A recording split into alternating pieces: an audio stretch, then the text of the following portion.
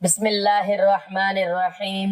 جو بندہ اذان سننے کے فوراً بعد یہ تسبیح پڑھتا ہے، اللہ اس بندے کی دل کی مراد کو اسی وقت پورا کرتا ہے۔ حضرت محمد صلی اللہ علیہ وآلہ وسلم نے فرمایا، محترم ناظرین، نماز کا وقت صرف عبادت نہیں، بخشش اور کامیابی حاصل کرنے کا سنہری لمحہ ہے۔ یہ کام ہر مسلمان کے لیے لازمی ہے۔ آج ہم ایک ایسا روحانی عمل لے کر حاضر ہوئے ہیں جو ہر روز آپ کے کانوں میں اللہ کی طرف سے دیا جانے والا بلاوا ہے۔ یہ بلاوا اذان کی صورت میں آتا ہے، لیکن افسوس کے ساتھ کہنا پڑتا ہے کہ ہم میں سے بہت لوگ اذان کی آواز کو صرف ایک اعلان سمجھ کر نظر انداز کر دیتے ہیں، حالانکہ حقیقت یہ ہے کہ اذان انسان کو اللہ کی طرف بلانے والا ایک عظیم ترین ذریعہ ہے، اور یہی وہ لمحہ ہوتا ہے جب اللہ کے فرشتے زمین پر آتے ہیں اور ہر اس شخص پر رحمت بھیجتے ہیں جو اس آواز پر کان دھرتا ہے۔ محترم ناظرین، اذان اسلام کی وہ پکار ہے جو اللہ کے گھر سے بلند ہوتی ہے اور ہر مسلمان کو نماز کے لیے بلاتی ہے۔ اذان کا وقت بہت خاص ہوتا ہے کیونکہ یہ وقت اللہ کی رحمت اور قبولیت کا وقت ہے۔ جب اذان کی آواز بلند ہوتی ہے تو فرشتے اس آواز کو سنتے ہیں اور اللہ تعالیٰ کے حضور اس کی اطلاع دیتے ہیں۔ یہ وہ لمحے ہوتے ہیں جب دعا قبول ہونے کے قریب ہوتی ہے۔ اذان جہاں بھی ہوتی ہے، چاہے مسجد ہو یا کسی گھر میں، وہاں برکتیں نازل ہوتی ہیں، دلوں کو سکون ملتا ہے اور دل اللہ کی یاد سے بھر جاتا ہے۔ اذان کا مطلب ہے اللہ کی وحدانیت اور حضور نبی اکرم صلی اللہ علیہ وآلہ وسلم کی رسالت کا اعلان۔ یہ ایک عظیم پیغام ہے جو ہر مسلمان کے دل میں ایمان کی طاقت لے آتا ہے۔ اذان کے بعد جو بھی دعا کی جاتی ہے وہ اللہ تعالیٰ کے ہاں خاص طور پر قبول ہوتی ہے۔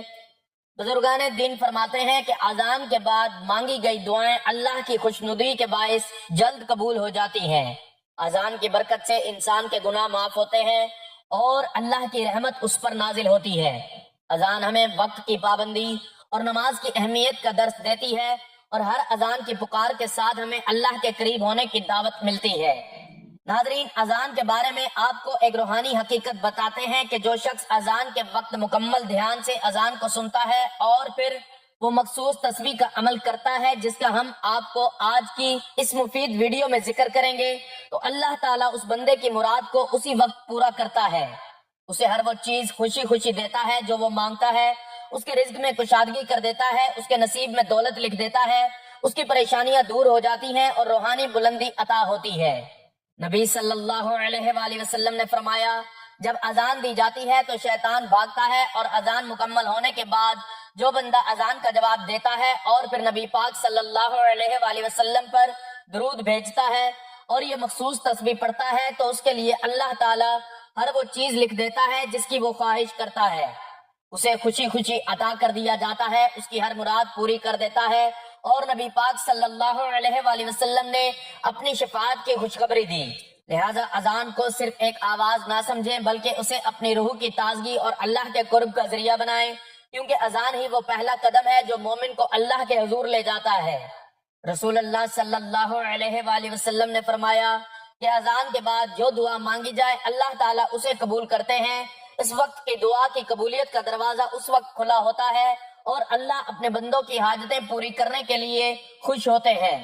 حدیث میں بھی آتا ہے کہ جب کوئی بندہ اذان کے بعد کوئی خاص عمل پڑھتا ہے جو نبی پاک صلی اللہ علیہ وآلہ وسلم نے بتایا ہے تو اللہ تعالیٰ اس کے لیے کئی دروازے کھول دیتا ہے۔ یہ تسبیح پڑھنے والے کو اللہ کا خاص فضل و کرم ملتا ہے، اس کے گناہ معاف ہوتے ہیں اور اس کی زندگی میں برکت آتی ہے۔